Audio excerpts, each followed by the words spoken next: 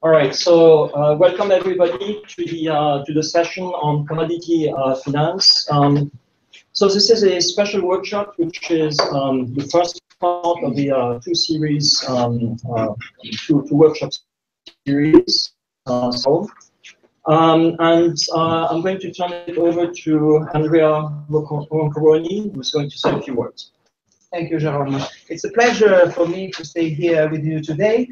And this workshop is a particular session that has been endorsed by the Energy and Commodity Finance Research Center here at ESSEC. And it's a pleasure for me to have Jérôme Détemple here as a chairman of today's session on commodity finance and tomorrow's session on energy finance. And my first welcome is for Alvaro Cartea from UCL, who is going to introduce us with risk premia in commodity markets. Thank you, Alvaro. Okay, well, thank you very much, Andrea and Jerome, and for the invitation. I know I only have 20 minutes, so rather than focusing on some of the details of my talk, I at least want to tell you what the idea behind the paper is. We've been working on it for quite a while. Perfect paper, there's no such thing, but let's see what is it we're trying to get at.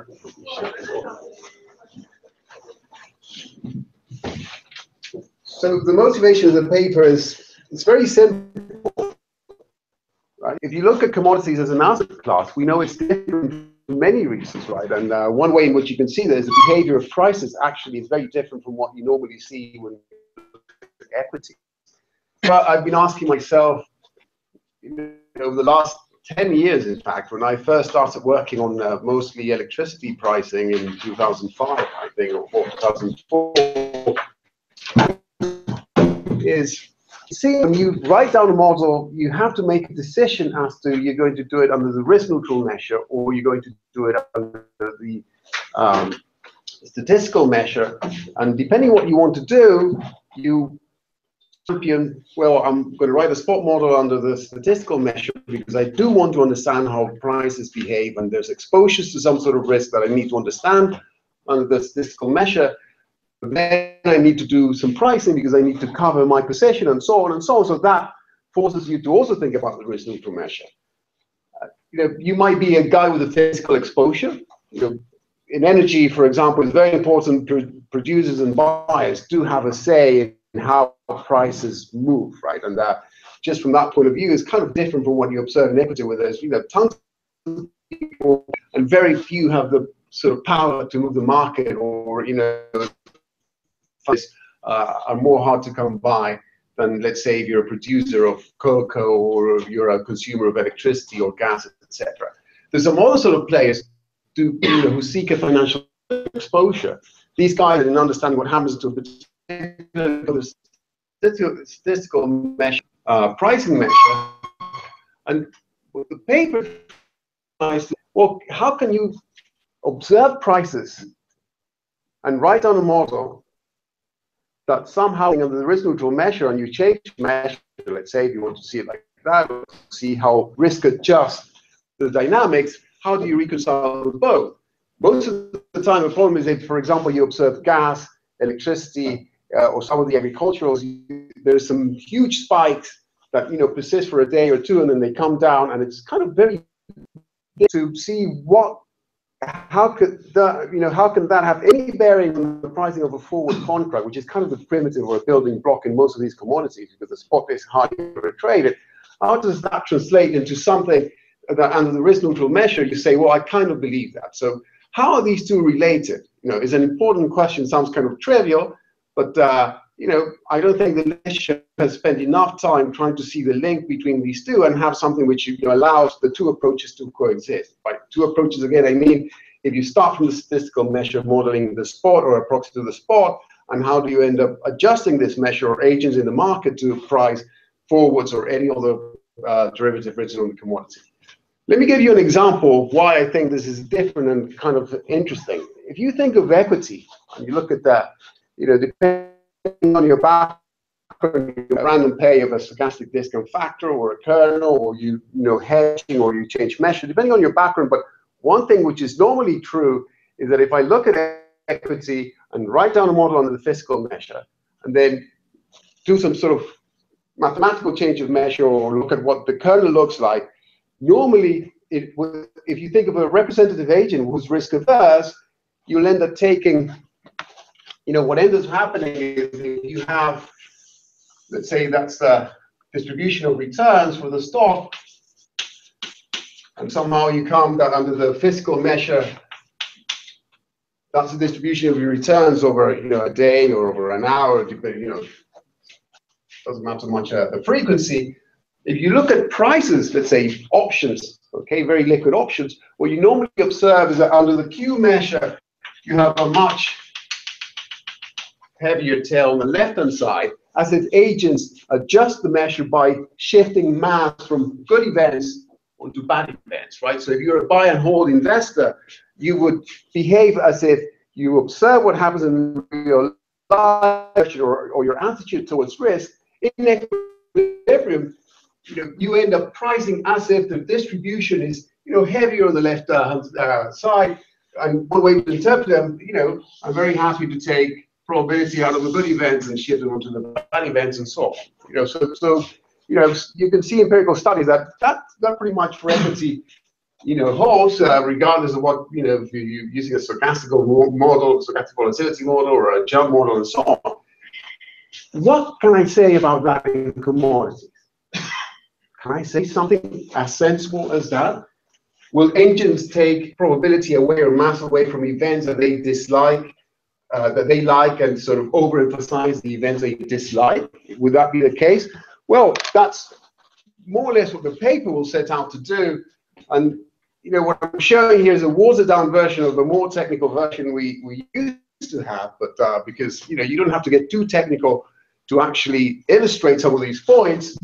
So let me tell you a little bit of what the roadmap of what we do, but I'll just focus within the 20 minutes on the sort of nuggets that I think will show you what I find interesting.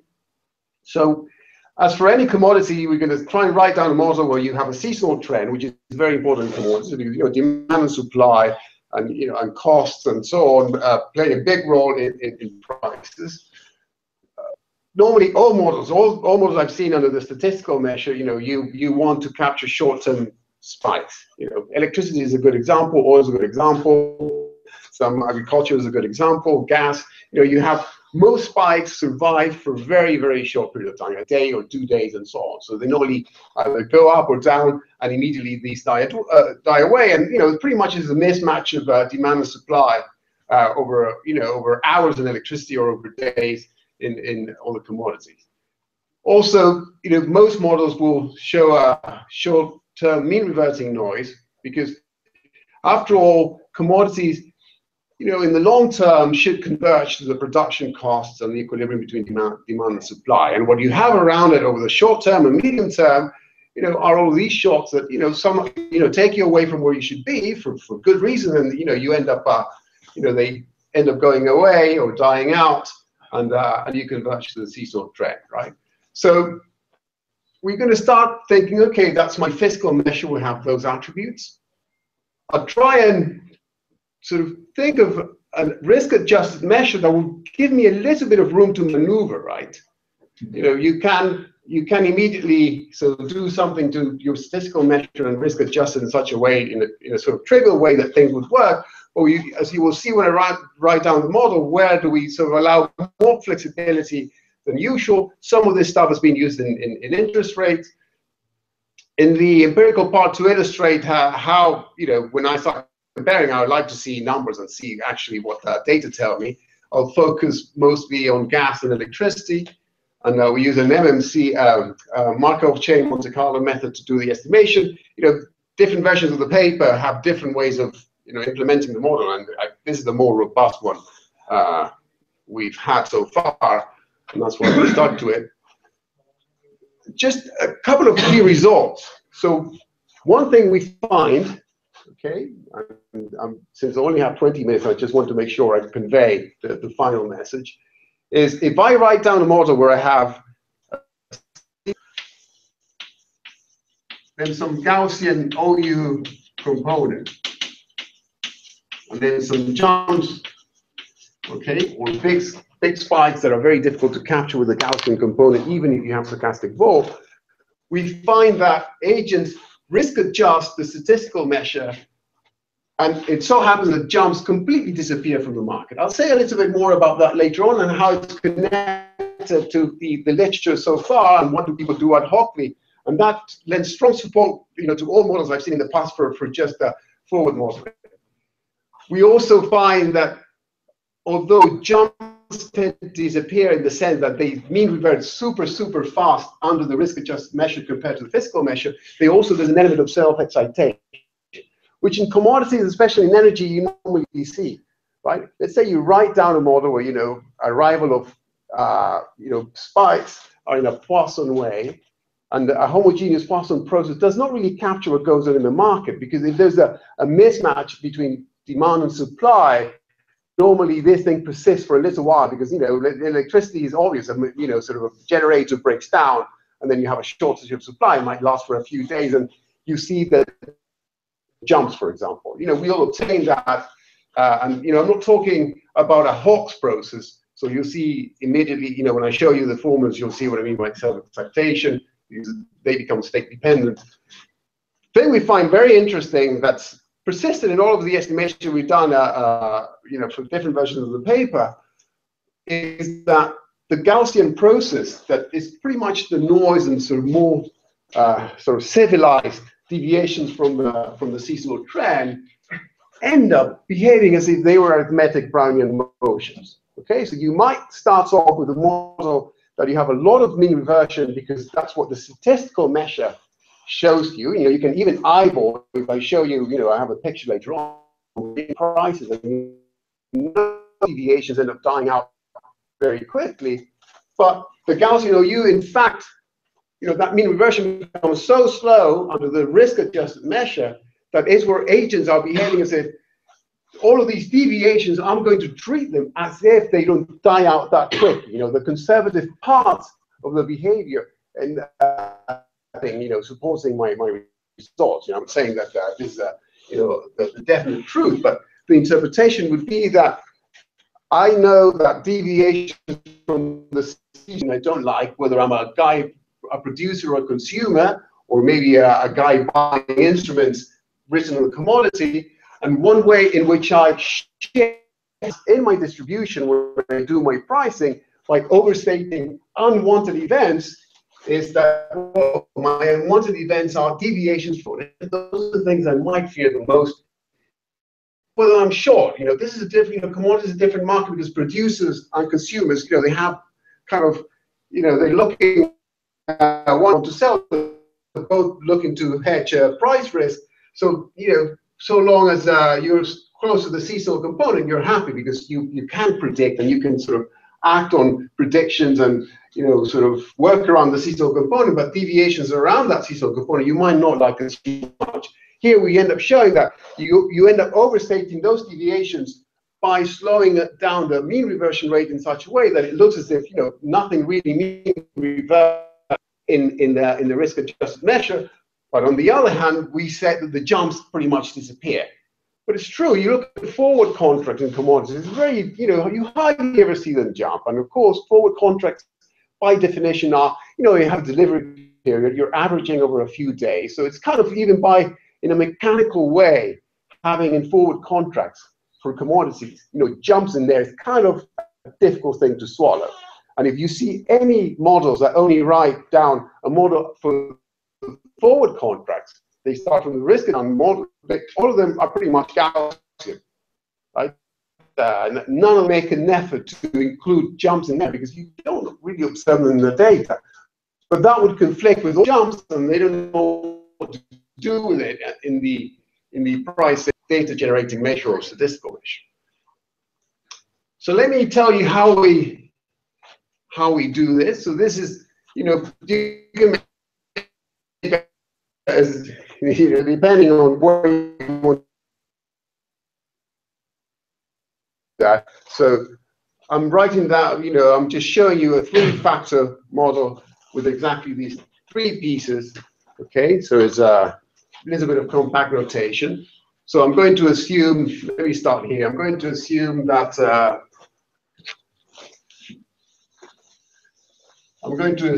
my spot price, first of all, is arithmetic, which makes things easy. And there's no problem. We all know that commodities, negative price is not impossible. In fact, for some of them, it's a common thing to see, right?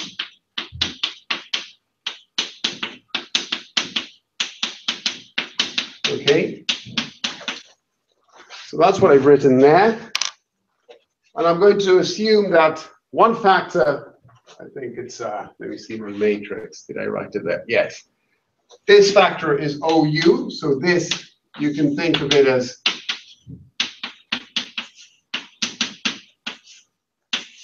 Brownian motion. So this is the typical OU process that you observe using commodities, and Andrea will talk about that one in his paper. Then the second factor is pretty much an arithmetic Brownian motion. Let me do 2 here. Okay. What is that factor there? Well, most people understand that assuming that you know with 100% certainty what the seasonal component will be is kind of not right. And one way in which you fix that is to say, well, I know with a little bit of noise what the seasonal component will be later on. Okay, I've been told I have 5 minutes. And the last one is the jump component. So I'll assume something like this. Okay, I can have, instead of 1, 2 factors and so on, this is the component that will give me the big spikes up or down in the underlying spot market, right? So in fact, I could have, what I really want here is 2 factors, 1 for jumps up and 1 for jumps down and so on. But again, for simplicity, I'm showing you 3 factors. So how do, I want to allow myself to look at empirical data and match prices to a model that allows that I'm not in a straitjacket that forces me to keep mean reversions rate the same, or mean reversion, long-term levels. All of these are mean reverting to 0, but that's not the case. So the risk-adjusted measure we propose here allows me a little bit of freedom. And in the next slide, it will be clearer. I will allow, okay, so I take all of my processes, I risk-adjust them, and the way in which I do it, in interest rate theory, you've seen it a few times, and some commodities might also have for the diffusive component, which is you allow the mean reversion rate to also vary. For the jump component, is a little bit more complicated, but we also do the same because in commodities, one of the things you really want to insure yourself against is large deviations away from the seasonal component. So, but in the risk-adjusted measure, it's not clear what the agents are doing, not only because this is really far away out there, but what are the things that you really value or try and shift around when you do the pricing?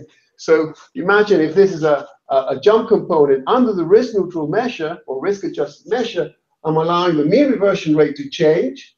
Okay, so this will be the new mean reverting sort of speed under the Q measure, and that's you can interpret it where it's mean reverting to. I would have to sort of factor this out and so on, but that allows me to, if the data support that, will tell me that mean reversion will be quicker or slower depending on what comes out. We'll see that later on. The important thing we see here, and I'm not saying that's a Levy process or this is a kind of a complicated process with a sort of complicated Levy, jump arrival measure and so on. This is not, not trivial. So not only do you change the speed of mean reversion, or you can allow the speed of mean reversion to change, but you also affect the arrival rate of jumps. Let's say I'm thinking about jumps up, you end up, that's under the statistical measure, then if this parameter is non-zero, then you also allow for jumps to arrive differently, right? You can't see here volatility, jump clustering, because if there's a jump, up, then the factor of 3 goes up, therefore the arrival rate is even higher, so you capture that sort of, that's what I call self-excitation. It's not a Hawk's process, but it has that feature that if I jump then I'll see, the probability of observing a jump again is much higher than before. So let me go to the findings. So I can write a forward contract in closed form. That was important. That's why we assume to go the arithmetic model. You can also do it geometric, and most of the results go through. But then the estimation is a little bit more. It is trickier. Okay, so you can write it down in closed form. I'm going to sort of gloss over the MCM, the estimation. So what are we using? So here's the data. So we take a few years. We're updating this to 2014, right? Nearly 10 years of natural gas. We'll have day ahead prices and month plus 1, 3, 6, and 9. These are the forward contracts. So delivering really far out. So we'll have 10,000 observations. Roughly 9 years. Well, not as many years for electricity, but again, quite the same. So contract maturity, 1 month out, 3 months, 6 months, and these are all monthly contracts. So you have the whole spectrum of short-term contracts and long-term contracts, because those will have a bearing on what comes out. Okay, so here's the spot, and here's the forwards for gas and electricity. In the interest of time, let me just then show you what are the interesting things that come out, right? So if we do our estimation under the fiscal measure, right? And the good thing about our approach is it allows you confidence intervals, right? So that's one of the things that was important for us. The other methods were more difficult to actually understand your error around your parameter estimates. So we see that under the statistical measure, over 100 days on average, you see 5 jumps for gas, 15 for electricity. That's the mean size of the jump, the standard deviation. I'm assuming that every time the jump arrives, it has a Gaussian distribution, because that helps me in the estimation. And these are the mean reversion rates for the OU process here and the jump process. So all of this is under statistical measures. So depending what kind of a player I am, I'm very interested in understanding this, because then I'll turn around and do my hedging and risk control and so on.